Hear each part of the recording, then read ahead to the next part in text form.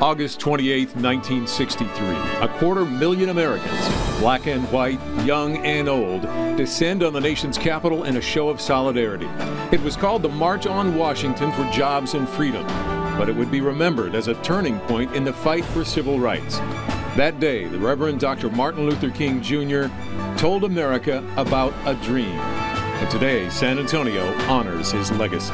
Presented by Gold Financial Services. This is a special presentation. San Antonio marches Martin Luther King Jr. Day. And good morning and welcome to San Antonio's Martin Luther King Jr. March. This promises to be a beautiful day and a record crowd. 200,000 people out there at the MLK Academy at the Freedom Bridge. They are going to go about 2.75 miles, shorter than in years ago. Headed over here to Pittman-Sullivan Park. We should have a great turnout because it's cool but not too cold. It's sunny.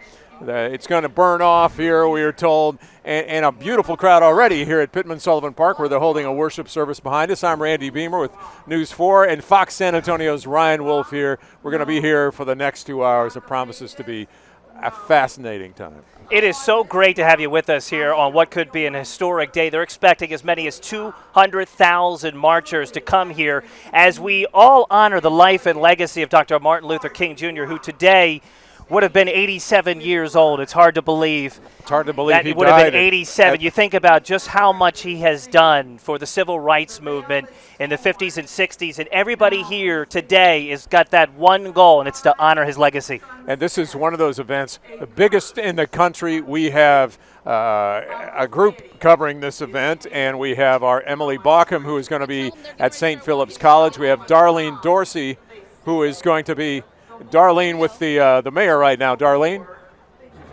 Right. I am right here right now with Mayor Ivy Taylor and Senator Cornyn. Now, this is exciting. It's got to be, Mayor. We've got one of the largest marches, and look at all the people here. Oh, yeah. It's always exciting. We always come out real big here in San Antonio celebrating Dr. King's life and legacy. I think this is your first time joining us. I know you've got a lot of territory to cover. What do you think about being here? Well, it's representing 27 million people. I can't think of any place I'd rather be today than back home here in San Antonio in the MLK March. This is really important, and I'm glad to see the mayor and so many of her constituents out here as well. What do you think, Senator, when you look around and see the diversity and the number of people that are here? Well, I think, Martin Luther King was a visionary, and he was a man of incredible courage, and obviously it eventually cost him his life. But I think he represents a challenge for all of us to live up to our ideals and don't get mired down by the cynicism and the negativity that we see so often in our politics and around us. We need to put that aside and dream big dreams. All right, well, thank you. And again, Congressman Hurd yes, here too. yeah, Congressman Hurd, thank you for being here too. Now, tell us about your participation. You've been here before? Absolutely, been here before, born and raised in San Antonio. It was cool for me. The first day I was on the floor, I got to meet the legendary John Lewis. I said, I'm from San Antonio, and he says, y'all have the biggest MLK March in the country. And I said, that's pretty cool when John Lewis knows something like that. Yes, that's awesome. Okay. I mean, think about it. That's All a lot right. for you to live up to and for people to think about. We have the largest here. It is, but we'll keep doing it big every year. All right, well, we'll back to you guys. All right, Darlene Dorsey, thank you so much for that. She's on the march route right there, getting us the sights and the sounds, what it's like as momentum continues to build. Again, this is happening right now from 10 until 12. Or right here is where everyone will descend at the end of this march. And it's amazing to see how much this has grown. This is officially the 29th year. It was proclaimed in 1986, I think, by Henry Cisneros and the City Council, then celebrated first in 1987, and it was just maybe a couple thousand at the time. Before that, the Reverend R.A. Calley Sr. here on the west side had led to small groups, maybe a dozen at one time. He wanted to get recognition for what Dr. King did. It took a long time. It was 83, I believe, when they first made King Day a national holiday. That wasn't celebrated until 1986.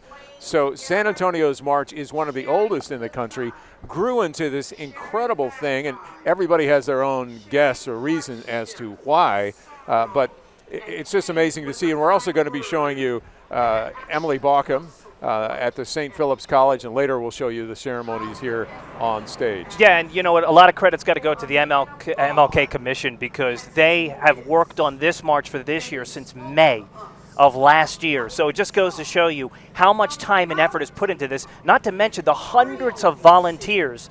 Hey, Emily Bauckham is standing by live right now at St. Philip's College, and she's got more from the march route.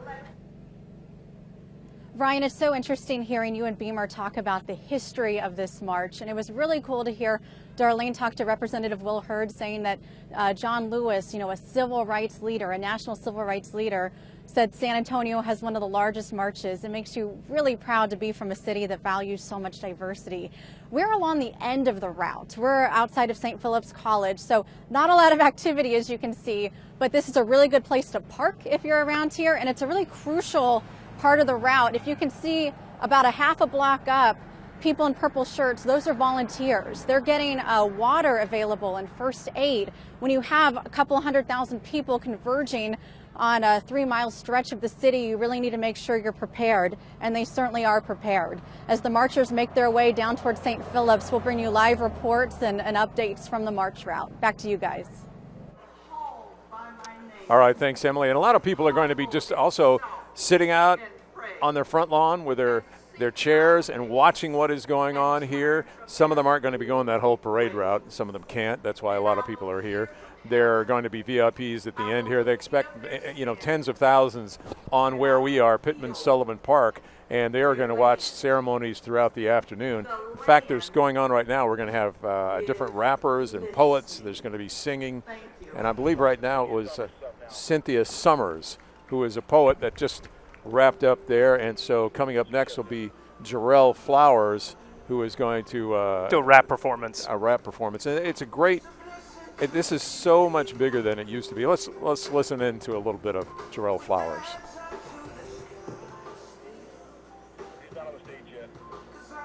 Okay. The theme this year, uniting communities to advance humanity. Each year they change up the theme, and it's a powerful message, especially when you consider the life and legacy of Dr. Martin Luther King Jr.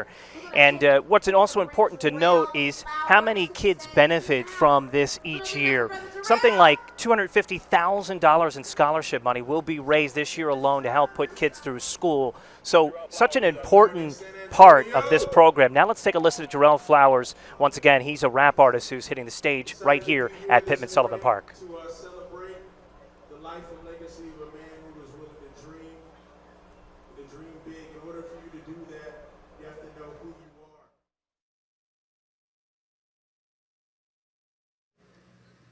We have to understand that we don't have to be cocky to think that we're awesome and to know that Jesus made us important.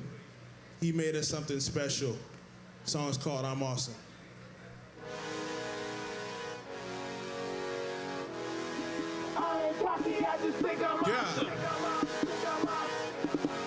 Yeah. Listen. Yeah. Feel like I'm going in and I'm going. It took me a minute, I was trying to get comfortable in my own skin. Picture about me, I won't change, I got a trip tooth, I got scars. I'ma keep spazzing out when I'm on stage and I'ma spit truth on these bars. Used to be low-key, Pharisee, on standing out of reach. Hit bottom when I felt like a failure. My work determines identity, hold up, self-esteem low. Jeez, what was me? Didn't know I'm a king, the peak of God's creation. A little lower than Elohim, so let me give it 100. I ain't coming down from that summit. Christ had a match with death and he wanted it in. I'm walking around like I'm running. They say Christianity's lame. Praise for the blind man and that coward. Say no Jesus Christ for that white man, but I never felt more empowered. Don't get it twisted, I ain't conceited. I just know where I'm seated. I'm so high, it's a long way down to the top. I just have to believe it. And I'm so endowed, if I'm so adopted, I'm a so adopted, gon' reap it. But I'm royalty, I'm like royalty. My loyalty is in Jesus, yeah. My God, I'm feeling like a king. Join air with the one who's running everything. So glad he pulled me from the bottom. From the bottom, I ain't cocky, I just think I'm awesome. I think I'm awesome. I think I'm awesome. I think I'm awesome. I think I'm awesome. Grab right hand of the Father.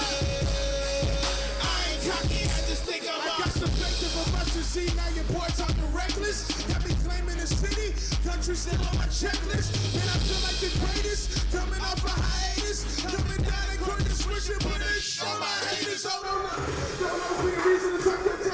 That's rap artist Jarrell Flowers, and you're going to be hearing more from some of the performers here at Pittman Sullivan Park. But again, we're going to give you a whole sense of this march from beginning to end, and it really doesn't end until all day. But this is one of those things great to see. I remember, I'll just say I'm old enough to remember, in the 80s when this started, it ended about a mile or two north of here where the Martin Luther King statue is. This crowd would not come close to fitting in there in Martin Luther King Plaza now. And so that's why they moved it here. At the same time, there was also the benefit of making it a shorter march so more people can get involved. And again, if you're out there right now thinking you want to come, you can.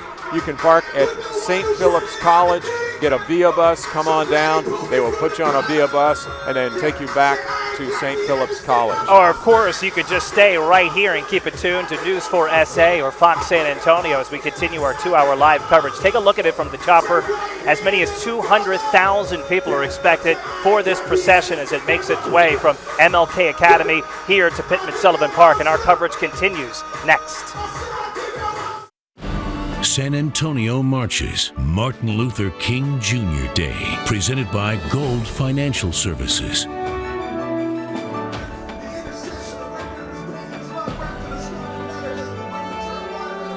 And welcome back to our 2-hour live coverage of the MLK March here in San Antonio as the procession is underway, roughly 3-mile journey from MLK Academy here to Pittman Sullivan Park. I'm Ryan Wolf, joined by my friend and partner in crime, Mr. Randy Beamer. And this is one of those things, this has grown, not just the march itself. We don't realize there is a whole 2 weeks of events leading up to this, and of course we have Black History Month, but there are so many events put on by the San Antonio MLK Commission every year. One of them was a breakfast week before last, I think it was now, and I got to talk to Martin Luther King III, Dr. King's son, who's a lawyer and just as eloquent as his dad. And I talked with him about a number of things and how on a day like this, and even thinking of Martin Luther King Day, he can still get emotional. Listen. My emotions when I think about the fact that we are observing a birthday, what really causes me to get emotional is to realize that we have not made as much progress as I would like for us to. And if my father and mother were still living, they would be a tiny bit disappointed because we are better than some of the behavior that we exhibit. I mean, I applaud people who are wealthy and can make wealth and are entrepreneurs. But when 1% controls, 50% of the wealth, that's a disservice to the whole nation, because ultimately your nation can't survive if that 1% goes towards 60%, and that's the way it's going, as opposed to, I'm not suggesting take anyone's wealth. I'm just saying that we've got to find a way to make sure that more people can be lifted up. That's what is going to make our nation better. A day off. And that is the message that Martin Luther King III believes that his father would share if he were here today, that he would still be working nonviolent social justice and change, and about how much the dream still needs to be worked on. Even here in San Antonio, though we have a better, I think, understanding of each other. And joining us now is Oliver Hill of the NAACP in San Antonio. Thank you very much for coming in this morning. Well, thank you for having me. What does it mean to you to see this size of crowd in San Antonio, especially compared to what it was back in the 80s? Well, it tells me that we've come a long way, but it also tells me we have a long way to go.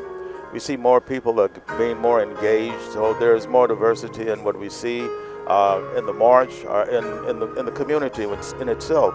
So those are things that Martin Luther King stood for, and he died for, and we can't ever let that slip past us, that he gave his life so we could be free. On a day like today, as we celebrate his birthday, he would have been 87 years old, I believe.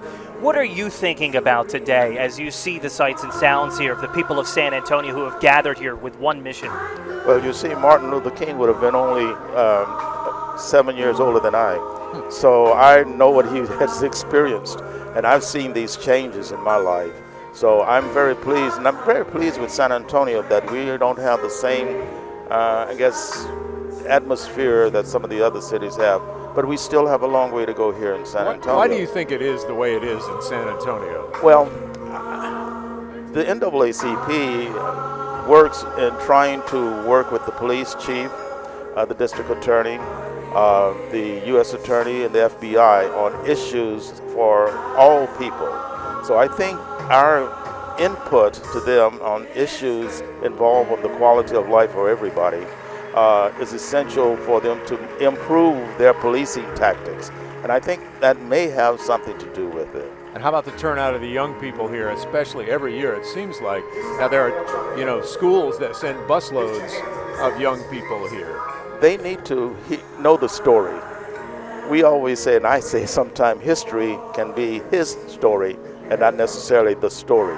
So they need to know the story. They need to know the struggles that we went through in the 50s and 60s and then prior to that. Of course, I grew up in the segregated times, so they need to know my story also. So if they can see that all ages are involved in this movement for righteousness for all, I think they would be better understood. We would be better understood, and I think it would make for a better community. Do you think that the nation took a step back with the violence that we've seen in places like Ferguson and other areas where we have white cops shooting unarmed black teens? Do you think that's taking a step back, or do you think it's only opening the dialogue again to what we're all here for today? It's unfortunate that it is opening the dialogue, but there's still so many folk that believe police are justified. The one thing that we have to keep in mind, black isn't a reason to kill. Black is not a justifiable homicide. And police need to understand that too. When you see a man running from the police and is shot in the back, and then it's viewed as I was in fear for my life, that I can't comprehend. And I don't think anybody else in my community can comprehend that. So those are the kinds of things that need to be changed. The other side of that is the laws need to be changed to make it punishable when a person has been killed in a manner of that. And what can we do about it? I know we have laws, but then the laws are not really meant to protect the victim, if you look at it, really. So laws need to be changed. We've got to go to legislators, and they have to do something about that. Now, the other thing that we're seeing this morning, and maybe opening eyes of some of the people that come from different parts of town, is the economic disparity. Now, here is one of the parts of town where people maybe don't have as much money, and that's one of the things in San Antonio, that we have 20% of the people in Bexar County under the poverty line. Is that one of the things that you are working on as well, the NAACP? Yes, we have an economic development committee, and that's one of the things we're trying to do. We're trying to even get more black businesses involved in contracts with the city, with the county, and with all of the entities in San Antonio. And it's a very difficult thing to do because the status quo has kept us out. When you look at the statistics for the city a few years ago, we were at 0. All right? Now, we have managed to work with the city, and we have monthly meetings with the city on their improvement in black businesses getting contracts with the city. So they're doing some good, and they're working with every week, every month, I should say, to improve that those statistics. All right, well, Oliver Hill, President of local NAACP, we do appreciate you coming by, and we want you to just take a look here. We're looking at the parade route. Darlene Dorsey, this is courtesy of her, who is along the march route right there, and we're looking at Senator John Cornyn. We see Will Hurd there. Alan Warwick there, Alan City Warwick. Councilman for District 2 on the east side. And I believe, is that one of the Castro brothers? It's a little hard for us to see. That's Brandon Logan Yes, of the Will Hurd, Brandon Logan of the MLK Commission here. And this is one of those things that we have seen really since the beginning in San Antonio, that all of those people link arms at the front. Now, another thing you may see at the front is the garbage truck, and people wonder, what is that about? Well, the garbage truck there was because Martin Luther King came to Memphis because of the sanitation workers' strike. Absolutely. That's where he spoke the night before that he was killed, when he gave that famous "Came to the Mountaintop. I've been to the mountaintop" speech. Absolutely. And now, what is it? Looking back on this march, you've been here in San Antonio a number of years. Yes. Who would you give some of the credit to for making this what it is? The over march? the years? Yes. Well, people don't like to give Reverend Callis credit for starting the march, but I give him all the credit for that. But then from that point on, when the city took it over, I think the city realized that the need for diversity and inclusion in the city. So with them bringing this to the forefront, I think it has grown to the magnitude that it is. And we are a model for other cities in doing likewise. So I applaud San Antonio City people, staff, for doing this. And speaking of the city, you know, they made a number of changes leading up to this march with street signs and banners showing the likeness of Dr. Martin Luther King Jr. What else do you think can be done to further his cause? Well, let's start with improvement of the area, San Antonio area, the east side. We have been fighting this for a long time. 40, 50 years ago, not much has changed on the east side. Now, I mentioned in a meeting that some of the, I guess the mayor at that time, city councilwoman Taylor was involved with, and I said, if we are viewing Martin Luther King Drive, that's an area that's shown nationwide. That area needs to be improved. It needs to be viewed by other folk that's looking at this nationwide, that this is a beautiful city, number one. If you leave that area still blighted, what good have we done? That's not fulfilling Martin Luther King's dream. So the east side has to improve like the other three sections of the city. And the city, I guess, administrators have to do something to improve that. Continue taking the steps Absolutely. to move forward. Absolutely. But at least it's going in the right direction. There's one thing I wanted to ask you about, because I brought my kids over here. You talk about learning about different parts of San Antonio. There's a Carver Cultural Community Center, yes, not too far from here, and it was a library. And at one time, I believe still above that library, it says San Antonio Colored Branch of the library. And that is up there still, really as a lesson that it wasn't that long ago that that's how people spoke, that's how people thought. It was segregated here really until the 60s, although that's another reason I've heard that things are better here is because it was a little more peaceful desegregation than across the country. I couldn't hear the rest of what you said. Yeah, it was a little more peaceful desegregation here than across the rest of the country. Well, yes. San Antonio is unique in that area because we haven't experienced a lot of things that other cities in the South have experienced. And I'm very pleased with that. And I hope that isn't the reason for you may see some apathy in the city. But I think we still have a long way to go, but I think we have made tremendous gains. Good for you. Oliver Hill, thank you so much for joining us, President of the local NAACP. Thank you for having me. Yeah, we really do appreciate it. Thank you. Our live coverage, 2 hours of the MLK March here in San Antonio continues right after this. Welcome back to our live coverage of the MLK March here at Pittman Sullivan Park. This is the end of the procession. We're a roughly 3-mile journey for what could be hundreds of thousands of people who are making their way right now, which began at MLK Academy here on the historic city's east side. It's making its way due west now to where we're at the stage where really the atmosphere has been electric. We've heard poets, singers, dancers, choirs, and they're all here as we celebrate the life and legacy of Dr. Martin Luther King. And this is the warm-up act because in the afternoon there's going to be a ceremony. There's going to be so much more. One of the things that we see each year is more and more young people here. And we're also seeing a new generation of leadership. T.C. Calvert was a longtime leader here on the east side.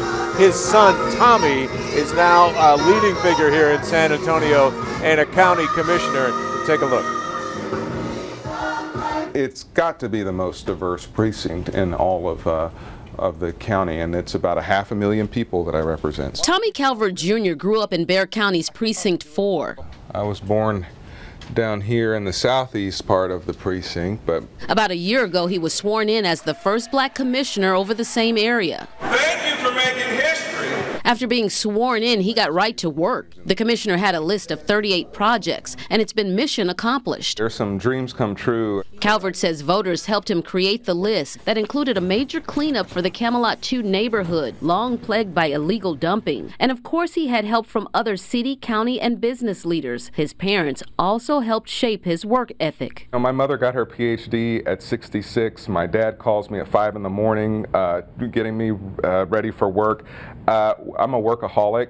The commissioner doesn't think he did anything extraordinary, but he says there were many great leaders like Dr. Martin Luther King Jr. who helped pave the way. What it means to have the words, the actions of Dr. King is not just to open the door, but to make new paths for others to follow. And so many times I'll tell younger people that, hey, you're going to be the commissioner one day and replace me in this seat. Just keep, studying hard. He shies away from the title role model, but he knows people are watching and realizes many young people don't have the kind of family support he grew up with. So the commissioner accepts his leadership role and challenges all of us to encourage youth to do the right things despite any hardships they might be facing. If people find inspiration from the work I do, then that's a great honor.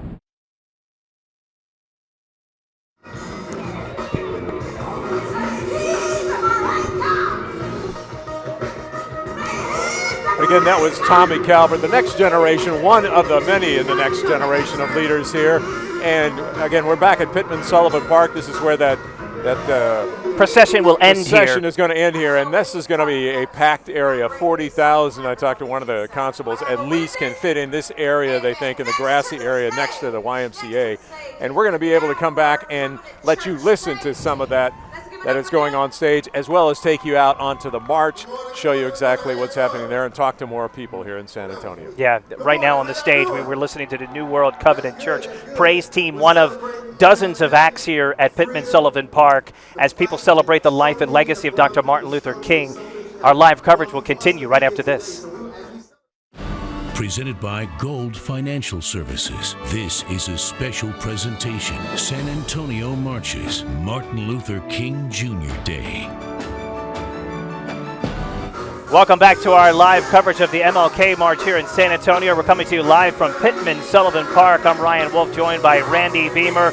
We're listening to really some inspiring words from New Word Covenant Church praise team. They're on the stage right now, one of a dozen or more acts prepared to hit this stage here as we celebrate the life and legacy of Dr. Martin Luther King Jr. Right now, our Darlene Dorsey, she's marching on the route with the procession. She is on the route, and it's not easy to cover a parade live marching, but we want to send a special shout out to her and our photographer, Darius. What can you tell us about what's going out there, Darlene? It's really fun to be in the middle of the parade with the march with so many people who are out marching for different reasons. And I've got somebody here with me right now. Diana Rivera has not missed one march. Wow. In 29 years. Rain or shine, cold weather? Shine, yes. And it's a blessing today because it's a beautiful day. But why do you keep doing it? Well, in 1968, one of my friends, I'm from Oakland, California, they murdered Pinky the Baca. He was a 15-year-old boy. He was murdered by the police. And as you know, the struggle continues today. We have the same struggle. We can't let up. We have to teach our children and the new generation that, that peace for all and non-justice. Things have improved, but the struggle will never end. Dinah, tell me why you keep coming back, though. I mean, this is something that's important for the unity of the city. What do you think about being here with so many people? I mean, we have one of the largest in the country. Absolutely, and I am so proud of San Antonio, although I'm from California originally. But I am so proud of San Antonio because here the youth are coming out and they are getting educated every time we come out. So it is so important to come out and continue teaching and letting them know that there is the struggle continues. All right, well, thank you for talking to us. And as you can see, even as we kind of mingle through the crowd, there are so many people out here, young and old, and I like that people bring the children in the strollers. Hey, everybody. So we're going to continue marching along with the crowd, talking to people, so just check back in with us.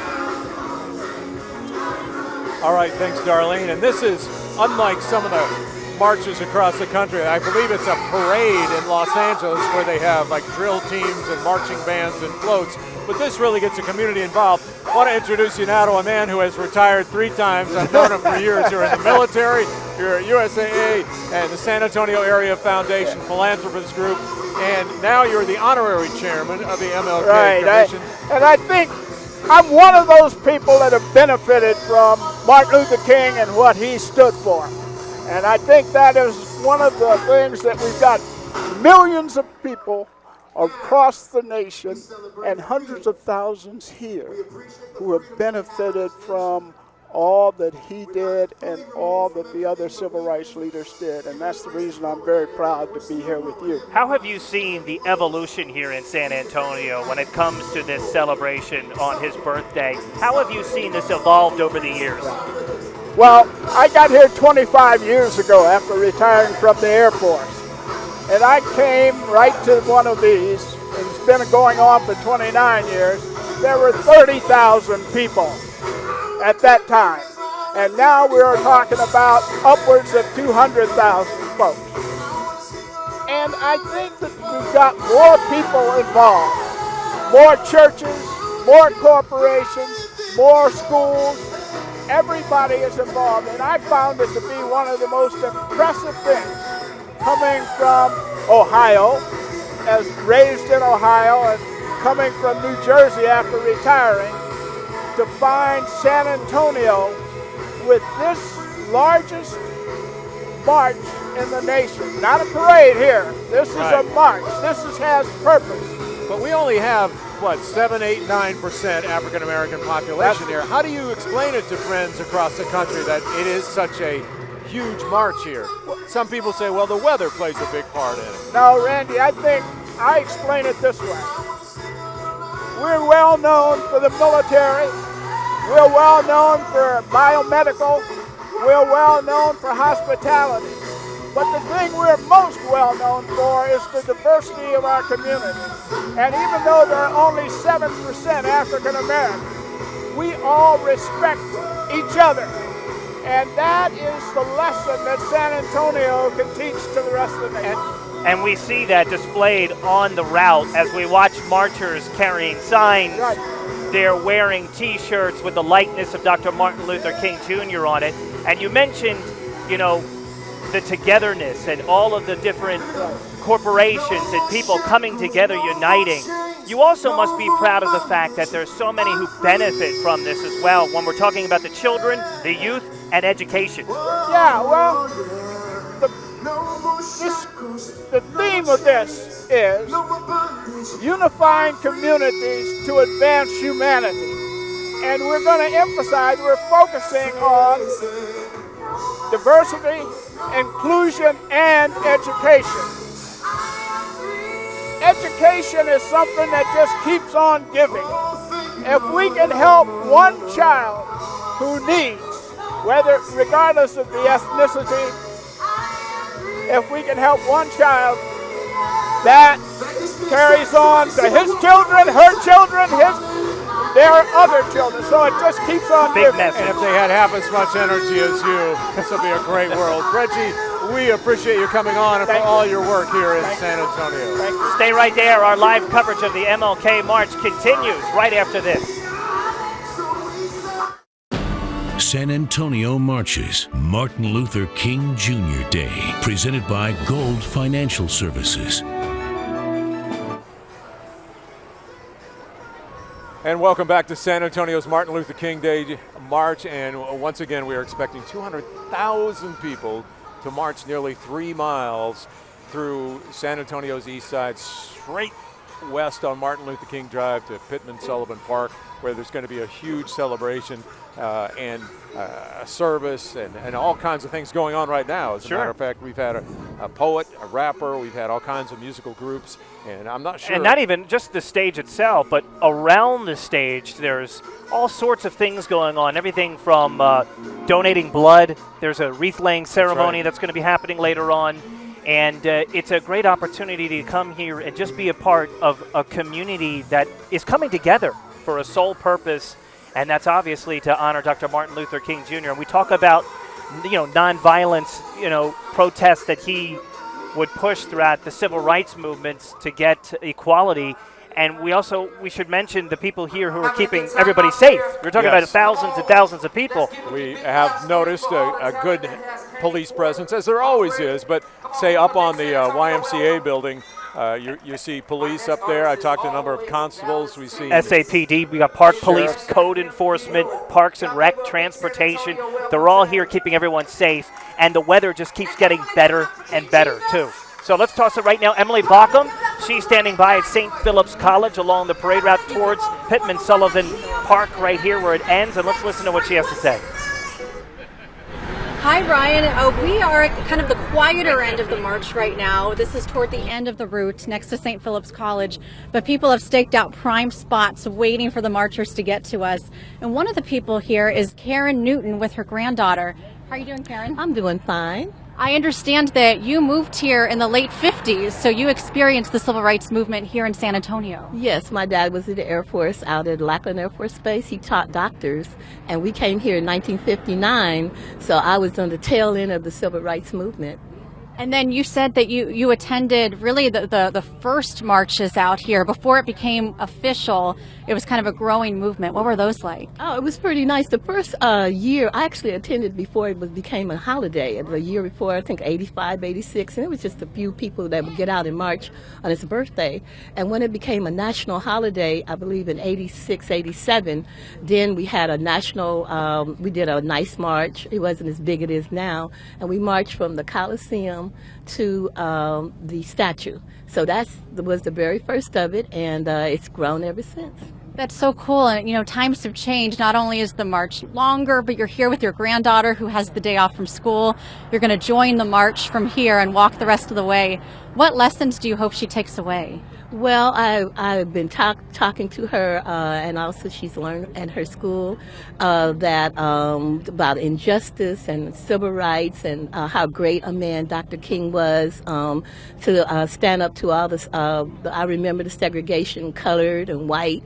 We couldn't use the restrooms. We couldn't use the water fountains. We had to go through the back door. I remember going to the rear of the movie theater, and we had to sit upstairs. So those are some of the things that I remember, and how, say, 50, 60 years later, how much things have changed.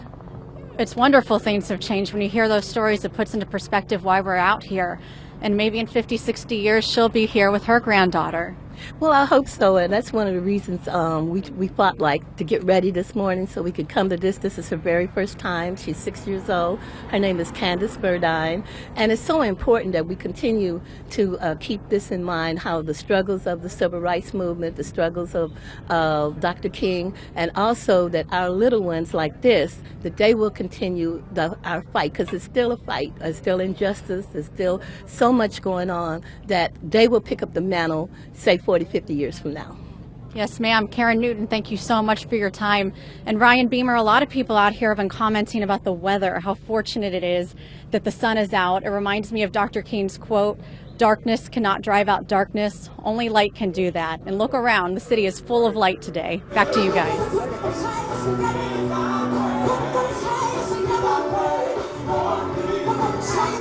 All right, thanks, Emily.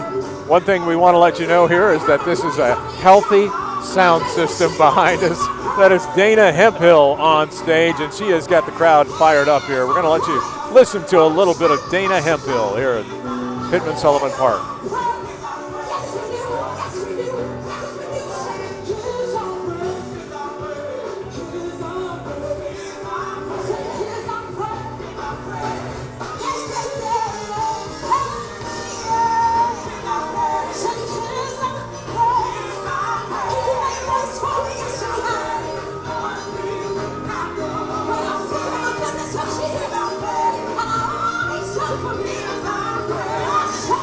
What's next?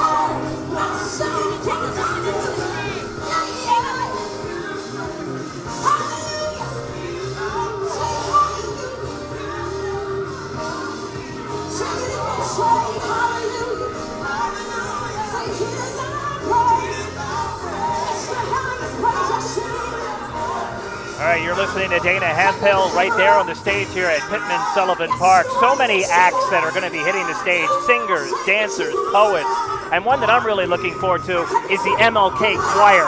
I got a chance to hear them warming up, and boy, that's going to be something special as they get ready to hit the stage within the next 30 minutes or so. And again, we're out here, and if you want to come on out, you still can, because it's not just going on until noon when the march is expected to get here, most of the marches, but it's going to go on through the afternoon, and I believe through 3 o'clock, VIA is going to be sending buses back and forth to St. Philip's College. There's plenty of parking. And that's free service, too. That's yes, a free service. And again, also, if we can take a shot here, I like to direct from wherever I am. If we can take a shot of Isaac's camera, you can see some of what is going on here at the park. It wouldn't be a celebration in San Antonio if you didn't have, a few booths with maybe a turkey leg or two and that kind of thing. But you're also hearing from candidates. You're also seeing different groups out here like the WOAI, VIA. They're telling you what they have, what kind of services they offer. You can get a King Week T-shirt that the money goes for a good cause. So come on out. Yeah, Dr. Martin Luther King Jr. obviously is memorialized in parks, on buildings. He's got statues, but there's only one MLK March like this one. That's right. And this being my first one, I can truly say that it is a sight to behold as we just see the people who are in the procession right now making the roughly 3 mile journey here to Pittman Sullivan Park. It is just a sight to see as people come together, all nationalities, all races, all creeds, all religions. Today it's about one thing, honoring the life and legacy of Dr. Martin Luther King Jr. And showing how San Antonio has made some strides and reminding us that we still need to work further to reach that dream or dreams of Dr. King. We'll be right back here on News 4 San Antonio and Fox San Antonio. Stay with us.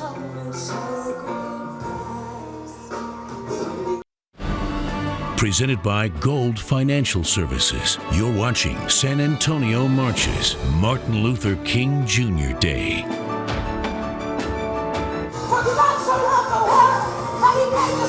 Welcome back to our live coverage here, the MLK March here in San Antonio. We want to talk about the chance to win a car and help create a better future for youth here in San Antonio.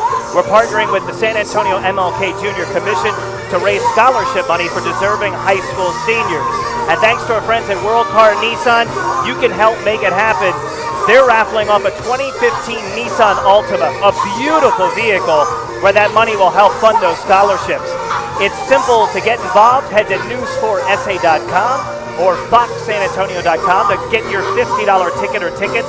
Today, I'm told, is the last day to enter, so you do want to act fast. Tomorrow, Randy, somebody's going to get themselves a brand new car. And what's great is that it's going to scholarships for very deserving people here in San Antonio. We're going to take a break, but you can share your thoughts, maybe some of your pictures, maybe your memories of this march at hashtag #SAMarch on Twitter or hashtag MLK March, and we may read some of those a little later in this broadcast. We'll be right back. Jesus, that will cleanse us up, that will create in us a new heart, that will give us a right mind.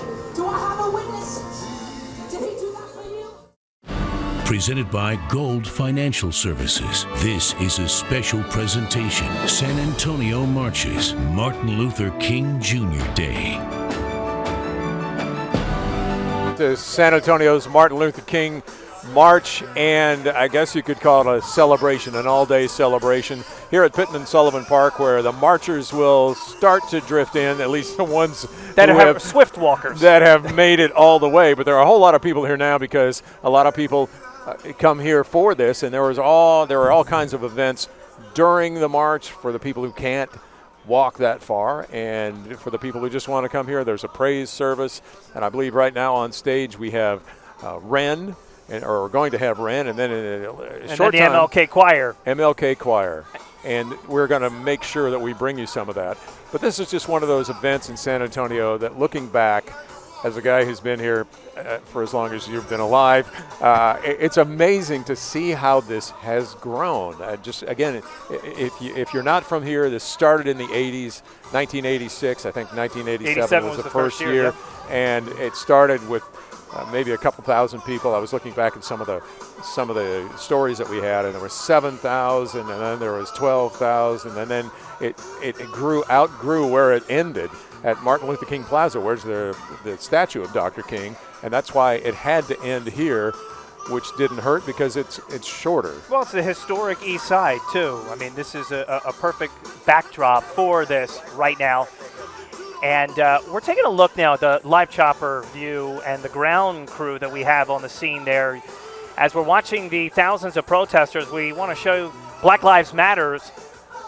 The controversial group is involved as well with this march, and they're there sharing their message. I talked with Martin Luther King III about Black Lives Matter, and he was here for a breakfast last week, and he said, you know, he admires what they do, but there might be some, as he put it, tweaks to the methods of different people, but he admires what they do. Last year there was a die-in. It was after the Ferguson shooting. And so even within the march, there are people who will have different ideas. Dr. King was criticized for either being too timid or too aggressive in his tactics over the years. And so you see a little bit of that here, that there is a unity. San Antonio Marches, Martin Luther King Jr. Day, presented by Gold Financial Services. And welcome back to our live coverage of Martin Luther King Jr. Day, not just the march, but the whole morning of festivities here and celebration, commemoration, not just, I don't want to say it's a somber mood because it is a celebration, but it's a commemoration of his life and legacy and how far we need to go. And so you see a lot of people out here watching the stage. It's quieter than some celebrations you would see, because there's a lot of reflection of people thinking about what has been, what they have been through, and where we need to ahead, go, where moving we need forward. To go. And it's still kind of quiet because roughly 40,000 people are expected here at Pittman Sullivan Park, are still making their way here. The procession is still underway, and a number of acts are hitting the stage here. We've heard singers. I shouldn't say quiet, but you see people kind of in reflection. Yeah. We're going to hear from the Martin Luther King Choir, and that is definitely not going to be quiet. But this is a dance presentation right now by Lorenzo or Ren. Yep. And again, you see people walking around at the same time, where it's kind of like another San Antonio event where you would see all kinds of things as they get ready for people coming in here, and some of them aren't going to get here for an hour, some aren't going to get here for 2 hours. It is an all-day event, and we have you covered as the MLK March continues here in San Antonio. Hundreds of thousands potentially could be a part of this in all, and our live coverage will continue right after this. August 28, 1963, 250,000 Americans, black and white, young and old, descend on the nation's capital in a show of solidarity. It was called the March on Washington for Jobs and Freedom, but it would be remembered as a turning point in the fight for civil rights. That day, the Reverend Dr. Martin Luther King Jr. told America about a dream. And today, San Antonio honors his legacy. Presented by Gold Financial Services. This is a special presentation. San Antonio Marches, Martin Luther King Jr. Day. And you're looking at a live picture of some of the massive crowd here on the east side of San Antonio that is stretching 3 miles straight down Martin Luther King Boulevard from Martin Luther King Academy to Pittman Sullivan Park and everywhere in between. This has grown year to year to year, and we are here at the end at Pittman Sullivan Park, where there's a celebration already going on, and it is just a wonderful, inspiring sight to see all these people out here, and a great, beautiful morning as well. Once again, I'm Ryan Wolf, joined by Randy Beamer, and we appreciate you joining us as we continue our 2-hour live coverage of the 29th annual MLK March here in San Antonio, where it turned out to be a spectacular day today. You know, it was cloudy this morning, it was cold, you've already taken off your jacket, this man's ready to go. And it's sunny out. Yeah, well, it is sunny now, yes. Not under the tent, though, right? We're covered here. But we're looking forward to about 40,000 people here who are going to be joining us right over here at the stage as we get ready right now to listen in as the MLK Choir takes the stage. Let's listen in right now. All right, Darlene Dorsey standing by. Let's take it to her. Yes, right now we're in front of the majority of the marchers with the people associated with Black Lives Matter. We're going to take a look at what they're doing. They're chanting, if you can hear them. They say they want justice for Marquise Jones. It was in February of 2014 that he was shot and killed after an incident at a fast food drive-through restaurant. Now, according to his supporters, he was unjustly killed by an officer, but that San Antonio police officer was not found liable for his death. He was considered the DA's office didn't believe that the officer did anything wrong. But these protesters have been threatening that people here to shut down the parade or the march. It was last year that a group from Black Lives Matter did lay down in the street, stopping the march for at least 15 to 20 minutes, and there is the concern that it could happen again. But right now they are peacefully marching along with everyone else that is here. And we'll be here to bring you anything that develops and continue talking to people about why they're out here today. Some for different reasons, but everyone marching for what they say is peace and justice. Back to you. All right, thanks, Darlene. And Emily Bauckham is a little bit farther down the parade route at St. Philip's College right here off of Martin Luther King Boulevard as well. Emily? Beamer, like you said, we're along the end of the route, so it's a little quieter than where Darlene is, but the activity has really picked up. Let's show you, there's lots of people out here who have staked out prime spots waiting for the marchers to come and descend upon St. Philip's College. We're told a lot of people are in this spot so they can actually join the march. It grows as it goes down Martin Luther King Drive all the way to Pittman Sullivan Park, and they will do the tail end of the march with all the people who started at the beginning. So we're waiting for that to happen, but we know the marchers are on their way. We see barricades along the streets, a higher police presence. A little bit, half a block in front of me, there is a water station with volunteers who are out here making sure everybody stays hydrated.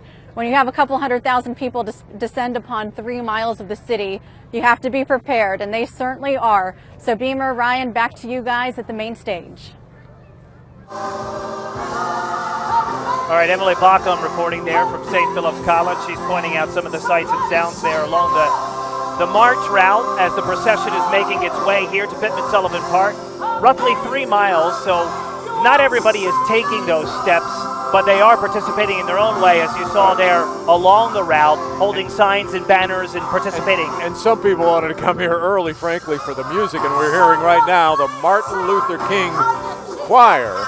Let's listen in as they, I believe, are just wrapping up a song.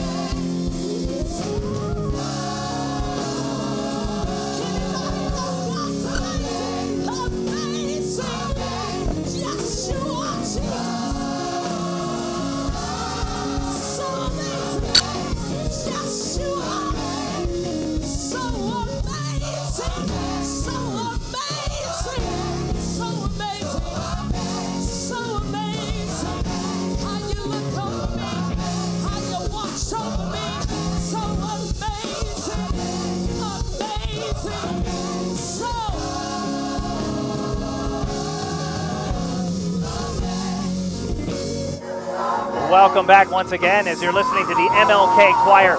Inspiring to hear them, Randy. Such powerful voices as they hit the stage, as they celebrate their own way through music, Dr. Martin Luther King's legacy. And it's almost like they're getting ready for those people to come in because they have cranked the volume. There's a crescendo. Yes, and as those people start to come in that we're seeing.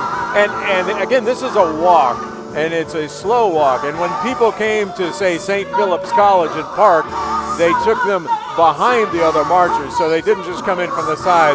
They are still coming to the beginning. So those marchers are going to come in through the next, I think there's I-10. We're seeing them still under there. That's a quarter of the way. So they're going to be coming in through the next several hours if they wanted to come all this way.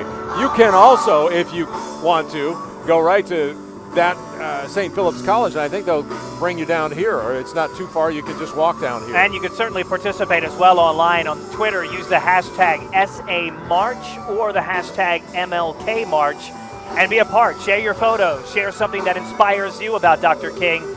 And we're going to continue with our live coverage as the MLK March continues here in San Antonio right after this.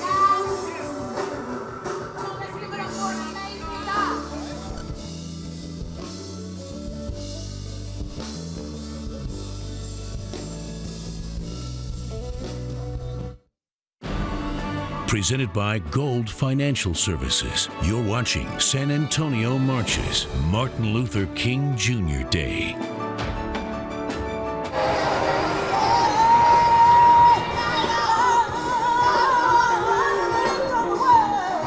And you can see just how long this march is, because what you're looking at right now is maybe the last of the marchers not long after they started. And this march officially started at 10 this morning with all those officials and dignitaries and the locked arms that you saw right around 10 with the garbage truck and the bus.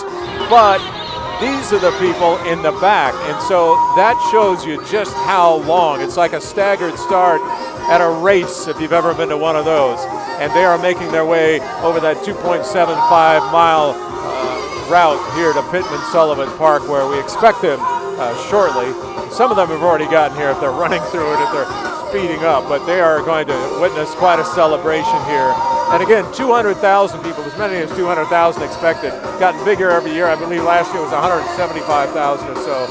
And this is the perfect day for a march. And for people who are just making their way to Pittman-Sullivan Park right now, the marchers that are coming in, they're getting to hear some great voices from the MLK Choir, who just have inspirational voices on this day as we look back and remember the life and legacy of Dr. Martin Luther King. Now, a San Antonio businessman considered an inspiration in this community, Joaquin Arch. Not all of his business ideas have worked out, though, but he won't abandon his commitment to making things better by helping to revitalize his East Side community where we're at now. Let's take a listen.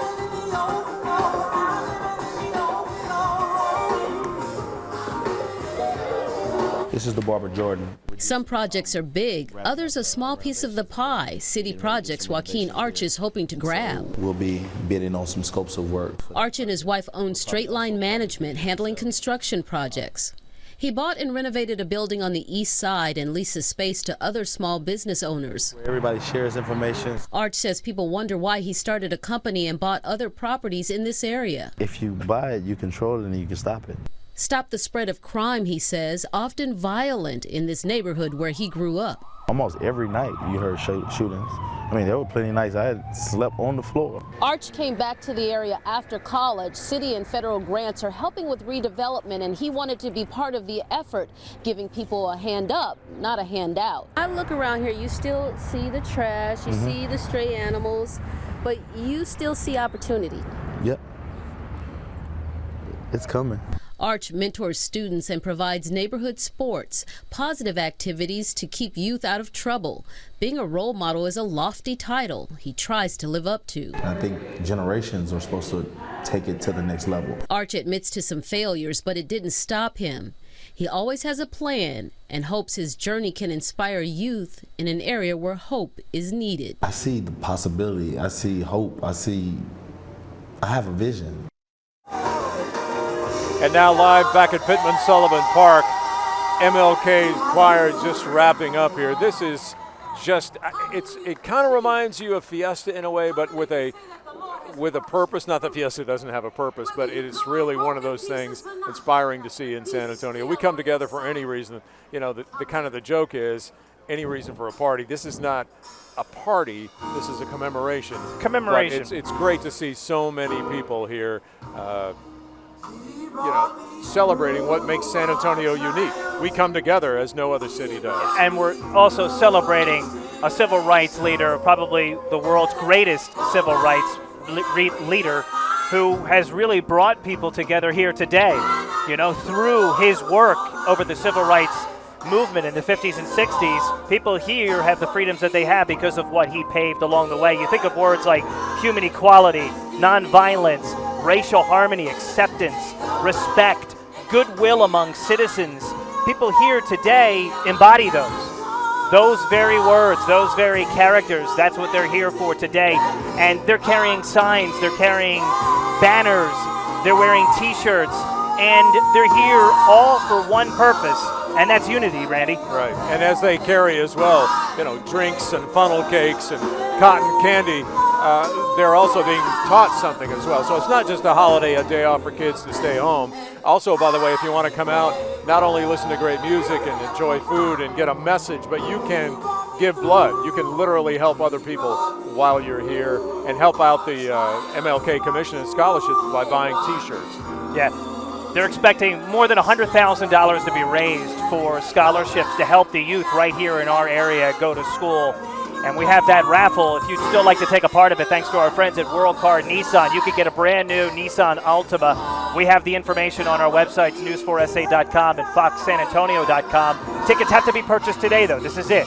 This is the last day for that $50 shot at winning that car. Take another live look at the procession right now as we take a look at the MLK March from high in the sky. Thousands of people are making their way here to Pittman Sullivan Park. It is quite a scene to see. Everybody here for one man, slain civil rights leader Dr. Martin Luther King Jr. And our coverage continues next. Presented by Gold Financial Services. You're watching San Antonio Marches, Martin Luther King Jr. Day.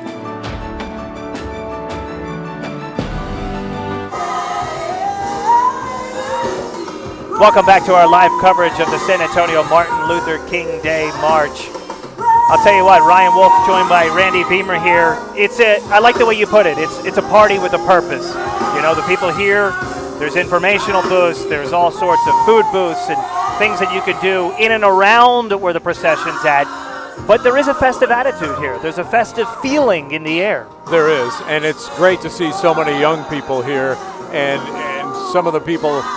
I mean, you see Ronald McDonald. Yes, it is a little bit commercial here. You can buy funnel cakes, you can buy whatever, but then you can go to the front and the stage, and there's going to be this commemorative celebration, a whole program here beginning at noon if you want to come out, and they are going to talk more about the life and legacy One of the Dr. guest King. speakers, by the way, since you're mentioning that, the commemorative program that's held at noon, keynote speaker is actor and author Hill Harper, who's a gospel singer. They're also going to have one of our very own, a San Antonio native violin player. Jeremy Green's going to be on the stage. So you also have the wreath-laying ceremony that's going to be taking place at 2 o'clock. You mentioned that you can give blood while you're here. So there is a whole litany of things going on in addition, but the procession is the big deal. That's where thousands and thousands of people are on that march route right now, making their way from MLK Academy. They're making their way due west about 3 miles here to Pittman Sullivan Park, where one of our own is standing by, right? That's right, and we're making her march the entire way, I believe. Darlene Dorsey is out there with the photographer. And Emily Baucom, actually, she's standing by at, I believe, at St. Philip's College. So let's toss it to Emily Baucom right now.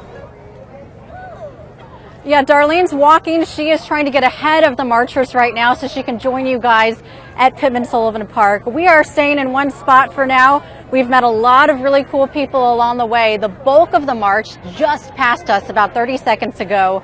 Amazing to see. I see signs that say love mankind. That's what this day is all about. We saw Senator John Cornyn, City Councilman Alan Warwick, County Commissioner Tommy Calvert marching with their arms linked in unity.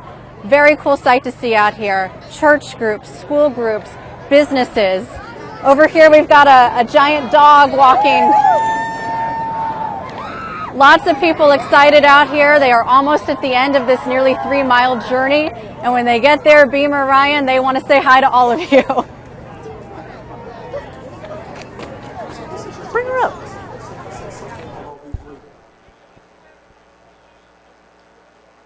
All right, Emily Baucom, thanks so much. She's there on the towards the end of the parade route, the march route, right? Yeah, she didn't have to do the whole thing like Darlene. I'm not sure. I think they flipped the coin. I'm not sure how that worked. But looking around here at this, it is just incredible for those of us who've lived here for a while. If you've lived here for a while, you may remember when this started. It was a little thing. It didn't get a lot of coverage. We covered it from the beginning. It was a thing because it was somewhat controversial to make Martin Luther King Day first a federal holiday, because some people in the 80s didn't want to make it a federal holiday because only up to that time had George Washington's birthday been the only birthday for one person celebrated. In Illinois, they celebrated Lincoln's birthday. Here, they celebrated somebody else. But nationally, they didn't want to they thought that would set a bad precedent. They finally did it. Reagan signed it in '83. In '86, the country first celebrated the first federal Martin Luther King Day. Texas did not celebrate Martin Luther King Day until 1992. And at that time, it had been going on here in San Antonio since, what, 87. It had been 5 years. And I was looking back through some of our stories. Martin Luther King Day in San Antonio only drew about 7,000 people to the march. But 7,000 people to a march at that time was said to be the second biggest in the country behind Atlanta. And so just that number of people coming out for one event. Now, across the country, there are many more events. In Atlanta, they have so many more events. In San Antonio, they have grown more events as well. But to see this grow from what was a kind of a controversial holiday into a federal holiday, into a state holiday, into 200,000 people in San Antonio, of all places, with a small African-American population relatively, is just, it's one of those things that opens your eyes about how the city has grown, not only in population, but in acceptance and tolerance and diversity and really a spirit that I've only seen in San Antonio. I've lived a few other places. There is a deep-rooted history here in San Antonio when it comes to Martin Luther King and honoring and celebrating his legacy. You know, I was in South Texas for 12 years before moving to San Antonio. This was legendary. Everybody knows about this march here, and being here today is truly an honor. Our coverage, 2 hours, live coverage of the MLK March here in San Antonio continues right after this.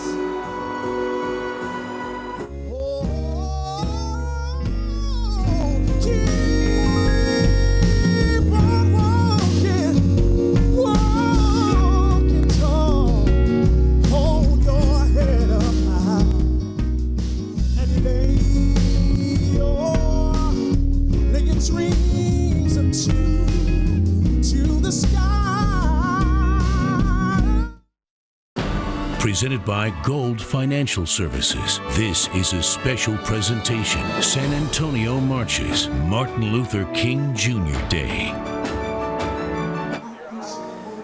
Welcome back. I'm sorry, San Antonio sometimes comes up with incredible weather on certain days like this, and this is a blessing for those who have been praying for a beautiful day, for a huge march, and those prayers have certainly been answered. Yeah, absolutely. Getting ready to take off the jacket. I know people along the march route, along the procession, they certainly probably do not need a jacket at this point as their bodies are warming up along that 3-mile journey from MLK Academy. They're making their way due west here to Pittman Sullivan Park, and right now you're listening to David White, if you can hear him in the background, one of the singers here who has hit the stage and sharing their voices. Now, Darlene Dorsey, I believe she's along the route right now. She's along the route, and it's going to show us what she's been seeing throughout the march. And Darlene, you've seen a lot. Yes, we're right here in front of the people supporting Black Lives Matter. They also say all lives matter. They're concerned about police brutality, and they say that is their main concern, and they want everybody treated fairly. Listen into what they have to say. And there are a lot of people out here with kids today, and they're getting a lesson probably in some things they don't quite understand. But the main thing that the Martin Luther King Jr. Commission wants people to get from this event is unity. And these people are unified for their cause, but others are here because they want to follow the teachings of Dr. Martin Luther King Jr. And it is peaceful protest which is happening here. And there was some threat that these people might shut down the march, but that hasn't happened. We're going to ask somebody since we're stopping. Is this your first time coming out? This is. What do you think of it? It's great. I'm originally from Cleveland, Ohio, so it's actually really great to see this many people organize. San Antonio is a great place and has a lot of diversity, so I'm glad to see it out, yeah. What do you think about people being out here to support different causes like the people with Black Lives Matter? Oh, I think it's great, especially these times we're going through in the country. It's great to stand together.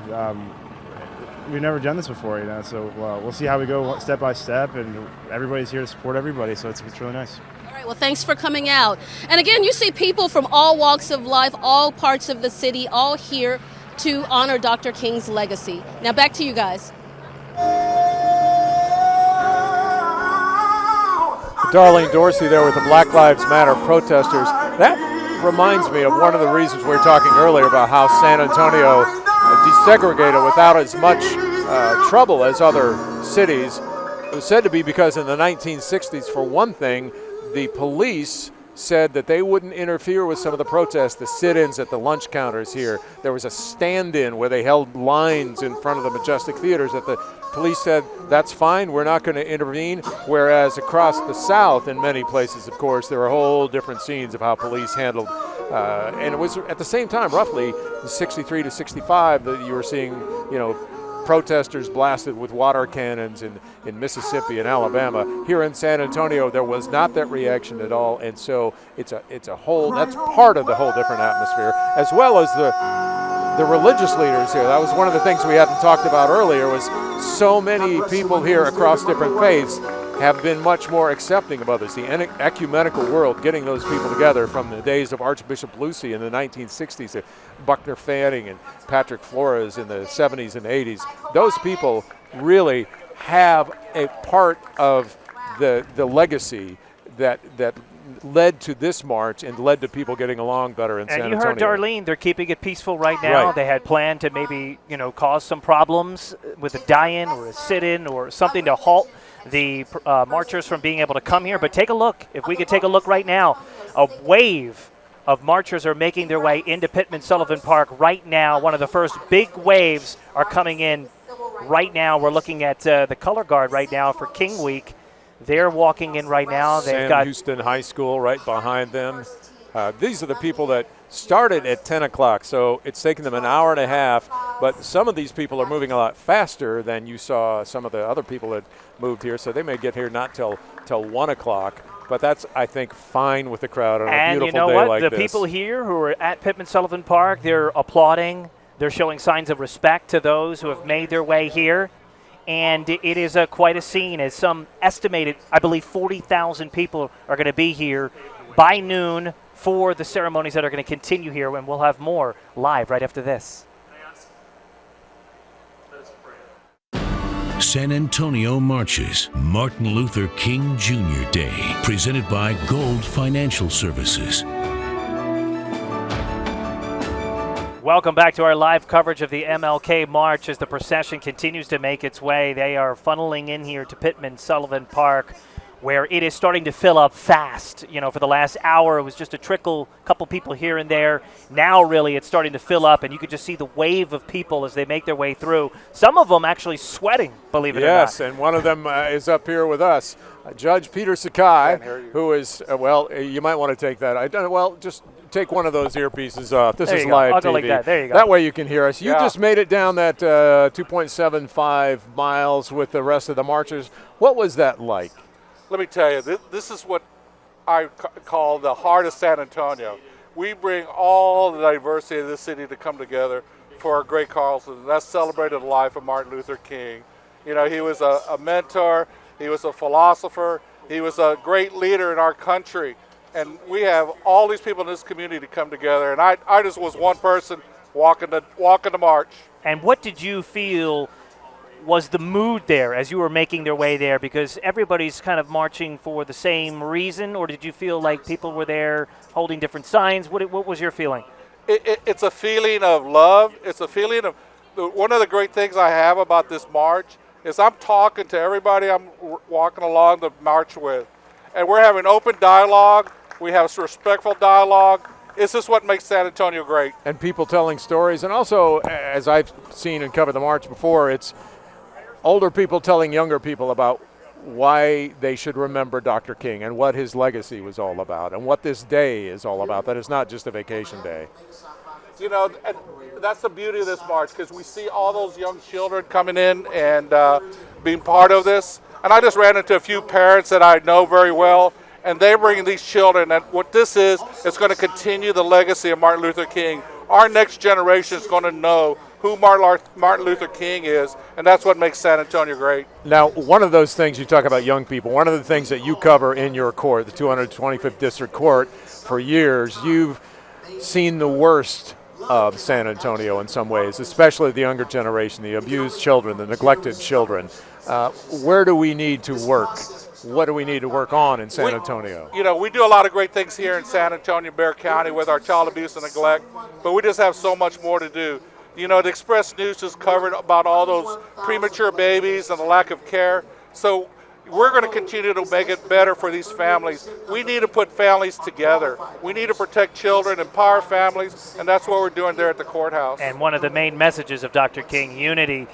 What do you see as one of the chief reasons why here in San Antonio we have one of the biggest marches in the whole entire nation? Why do you think that is? Because we have people who care, people who truly care about our community, and they come together, and this is an example of the love of San Antonio. And you've been here for a number of years. You've seen this thing grow. Have you been in this before? Been out at the march before? Yes, this is my 10th year. And from that 10 years ago, how have you seen it change and grow? What's that? From 10 years ago, how have you seen it change and It just grow? keeps getting bigger and better. And are you okay? I'm just a little concerned. You look like you were right at the front. Well, you weren't racing through this, were you? I'm sorry, but okay. this thing's just killing Well, me. yeah, that's you got your microphone on there. There you go. Now you're a judge. You should know that the microphone is important in your courtroom. As you've seen it, you raced. I'm going to say you raced through the. How did you get right to the front? Oh, well, that's what 10 years of experience of being a judge means. I just take leadership. I got in the front, and I kept going. He kept going, and we're watching the people come in right now. People who are coming here and meeting here at this plaza as we continue with the ceremonies and the events that unfold. Do you encourage people to make their way out here even though they might have missed the march? Why should they join us here? You know, I tell people, are you coming? And so I really want all the other elected officials to come because it shows leadership. And that's what our community needs. It needs people to step up. Now, for those people who are skeptical, well, they show up because it's a photo op. What do you tell those people that they might wonder about some of the elected officials? Well, the bottom line is they're here, and they're showing respect for Martin Luther King, and that's what it's all about. And you know what? Kudos to the MLK Commission who put on just this huge event.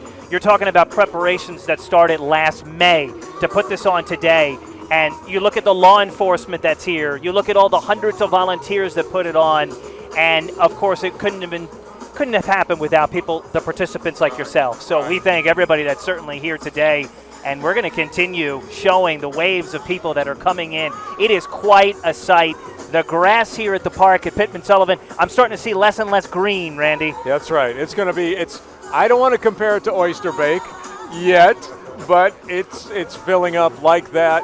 But again, it's a celebration, a commemoration with a purpose. And Judge Peter Sakai, we thank you very much for coming in. Judge, good to see you. Towel off. You deserve it. You were get this man right a water. At the front. It's a little hot here now, even though it was cool. Our coverage earlier. continues live right after this.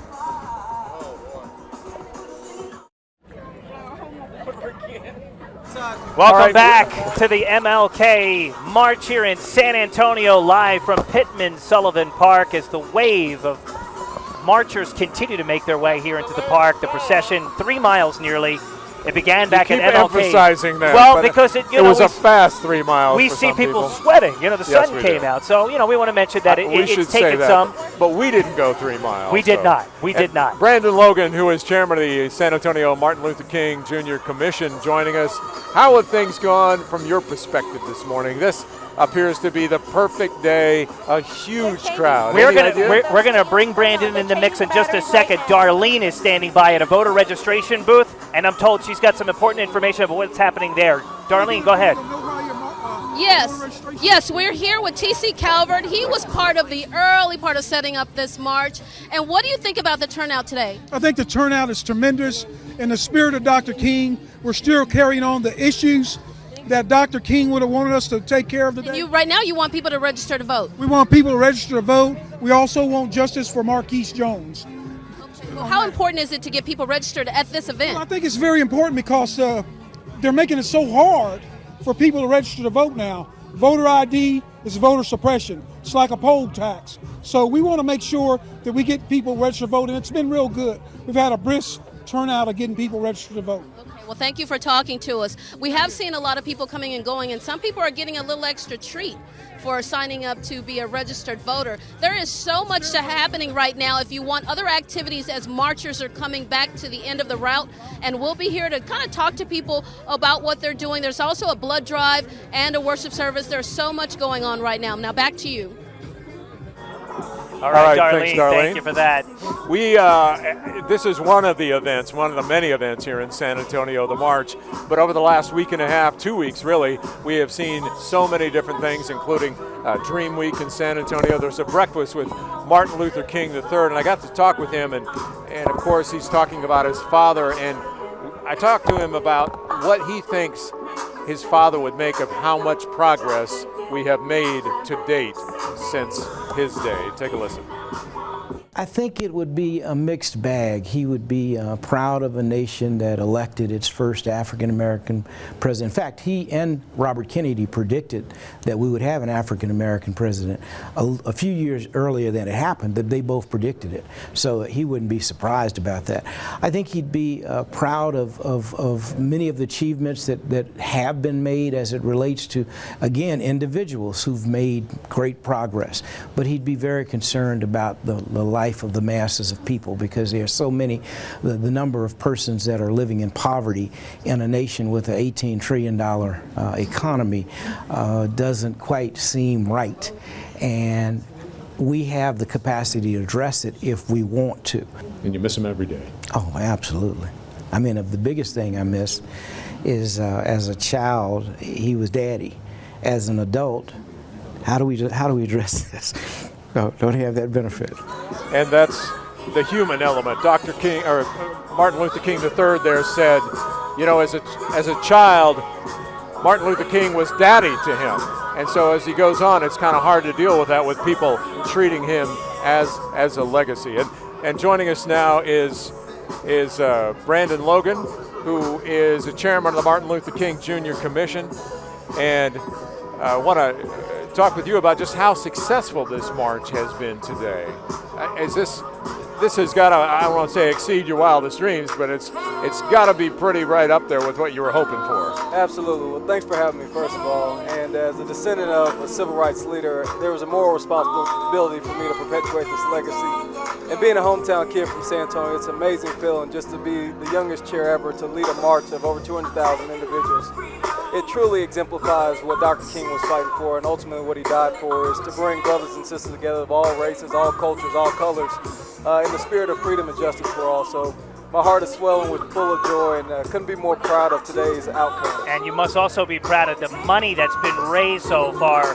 You know, when we're talking about 6 figures going towards scholarships to help our youth, that's got to make you feel proud as well. It's significant. You know, one of the things that we wanted to focus this year was educational advancement. So we put in a call to action, focus on really collecting a lot of awareness and dollars for our scholarship effort. And so far, we're close to $400,000 between our educational partnerships and also through our car raffle. So 10 times the investment now that we'll be able to invest in our Bexar County youth. You mentioned that raffle is still going on, and also shirts. You're selling shirts Beamer out here. loves props. He loves to hold up props. I love props and I love shirts. So this is King Week, Let Freedom Ring, and this is art from people here in San Antonio, a young man, person? If you will, we had an artwork contest for the very first time, and that's a 14-year-old piece from Amber Medina. She's actually a student of Healy Murphy Center. So to bring in members of the community to actually design our official artwork is significant, and every dollar that's raised through our scholarship or for our t-shirts will go to our scholarship drive. So these shirts are $10.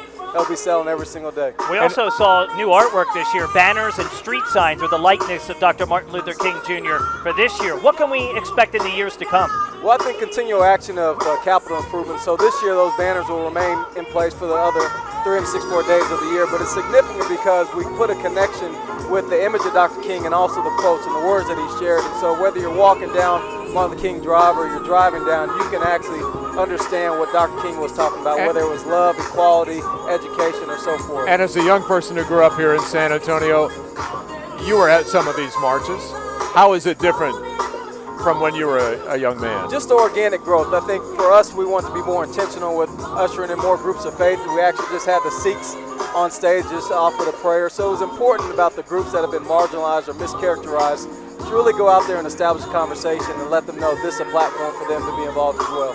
Soon to hit the stage will be your keynote speaker, actor and author Hill Harper. Talk to me about the significance of picking this person. Well, I think Hill, for many respects, Hill has been a champion for My Brother's Keeper, and we know the strain that happens with communities of colors and law enforcement right now. So we want to have an individual that was timely, that could talk about the issues that are currently affecting not only San Antonio, but other communities across the nations. Now, some people are going to look at some of these shots that we've been taking here. You have food booths, you have roast turkey, you have some of the same things that you would see at a fiesta event. But I've been struggling to describe the mood that it is different than that. It is a party in some ways, a celebration, but it's also with a more serious purpose. There is, and that's part of the reason, the element why we usher in commemorative programs, to make certain that people know why we're here, why we're marching, to stay focused on the issues and not just have, food and beverages, but also get back in on the educational aspect as well, because we're living in a culture with multiple generations that are represented. So we have a lot of individuals like myself that were beneficiaries of the Civil Rights March, but were never directly involved. And so it's so important that we usher in those new generations to ensure that they understand what our ancestors endured to ensure that we have freedoms that we have today. You had mentioned the youth and getting them more involved. How do you get more of our youth to come out here and participate in this? And have you seen an increase in that over the years? We have. So we go to them. We're more intentional. We go on the college campuses. We put on seminars on college campuses. We go to high schools and middle schools throughout the east side and throughout other parts of San Antonio to make sure that there's awareness there. And so when the 18th day of January 2016 came, we had greater outcomes because we went to them. And so we'll continue to do that in the subsequent years to ensure that we have more generations, younger generations coming in to take part of our Martin Luther King March. If I can, take a look at that TV screen when we had the chopper shot up there, and you see that wave of people. As somebody who heads up the commission here, how does it make you feel to see all of those people in that shot united on a day that's celebrating the life and legacy of Dr. Martin Luther King? Well, we achieved our theme, which was uniting communities to advance humanity. So to see 200,000 plus people marching, know that our goal was met, and I couldn't be more proud of that. And now some people sitting at home, you still may have to convince them that it's more than a holiday. What do you tell those people at home who are watching this saying, well, that's great, but I at least have a day off? To convince them that this is still a cause that needs to be addressed. I think simply put, if you believe in human equality and equal justice and freedoms for all, then you should be here. To see 200,000 people join in solidarity with you lets you know that you're not alone in the fight for justice. And that's really the call to action, is if you believe that everyone should be treated under the law in which it's written, then we need to stand together in brotherhood like we're doing today on this stage. And one of the things that you've done with this march, and that it's been over the years, in Los Angeles today, there's a parade, not a march, where they have floats and bands and drill teams, and that this isn't like that, though you do have different groups in from companies and things like that. You have vendors, but that's not the vibe of this. Right, so we never want to lose the significance of the demonstrations and the marches, and that's why I'm dressed the way I am today. Dr. King never was casual in the marches, and so he had the suit and tie because you want to dress the way you want to be addressed. And so it's certain that we take some of those elements of the 60s and continue to keep them in the 2016 as well. So we never want to see it evolve to a parade per se, but keep it focused on the march and the issues at hand. Well, we appreciate it, Brandon Logan. We also would like to talk to Alan Warwick Jr. if we can get him over here. He's one of those people. Now, you didn't march all the way, right? Because you're the guy. You did march all the way? I did all the way. Because you don't look like you marched all the way. Alan Warwick Jr., if you could come in here as well, and I'm not sure. Come in right over here. We're going to share your mic. There we go. Flip out the microphone. Brandon Logan, good to see you, though. Thank you so much. Yeah, we appreciate it. Thank you very much. We'll let you move on. There we go. We'll just take that mic. All right. So, Alan Warwick. There he goes. Take a seat real quick. We only have 2 minutes until the end of the broadcast, so we want to bring you in very quickly. Wanted to bring you in. Thank you very much for being here. As you've seen this march develop over the years, describe to people how different this is. Well, no, this is just a huge opportunity for the people to show their pride, show their vision, and show how we're carrying the baton, moving things forward off of Dr. King's legacy. He set the blueprint, and we have the plans, but we have to action and make action on them. And now there was a little bit of controversy last year when you brought up the idea of 5 different marches all coming together. People weren't ready for that at the time. Where are we in the process of maybe changing this march a little, or do you like it the way it is? Well, it's great the way it is. This is a beautiful day, beautiful weather, but there's an opportunity to really bring a lot of the city in downtown. Maybe that happens in the future, maybe it doesn't, but right now we're just focused on having the best march this year that we can have. Where do you see this march in the future moving forward? I see this as being a destination for the entire United States. People, I mean, who wouldn't want to be outside of the 2-degree, 3-degree weather of Chicago, New York, Los Angeles right now. Down here in 75 degrees, beautiful San Antonio along the Riverwalk, and it's just a wonderful time. Thank you. Alan Warwick, thank you so much, District 2 Councilman. You got to be very proud of what's happening here today. An incredible march. As people continue to make their way here to Pittman Sullivan Park, our 2-hour live coverage is coming to an end, but it has been a true honor to be here and celebrate the life and legacy of Dr. Martin Luther King. And we invite you to come on down to Pittman Sullivan Park, say hello. We're on a bigger stage now, just our TV, than what they used to have for the entire march at the end when it was over at MLK Plaza. This has just grown immensely, and we want to congratulate the people of the MLK Commission of People of San Antonio for coming out. Rachel Ray is on News 4, and Fox News Midday is on Fox. Thanks for joining us. Thank you.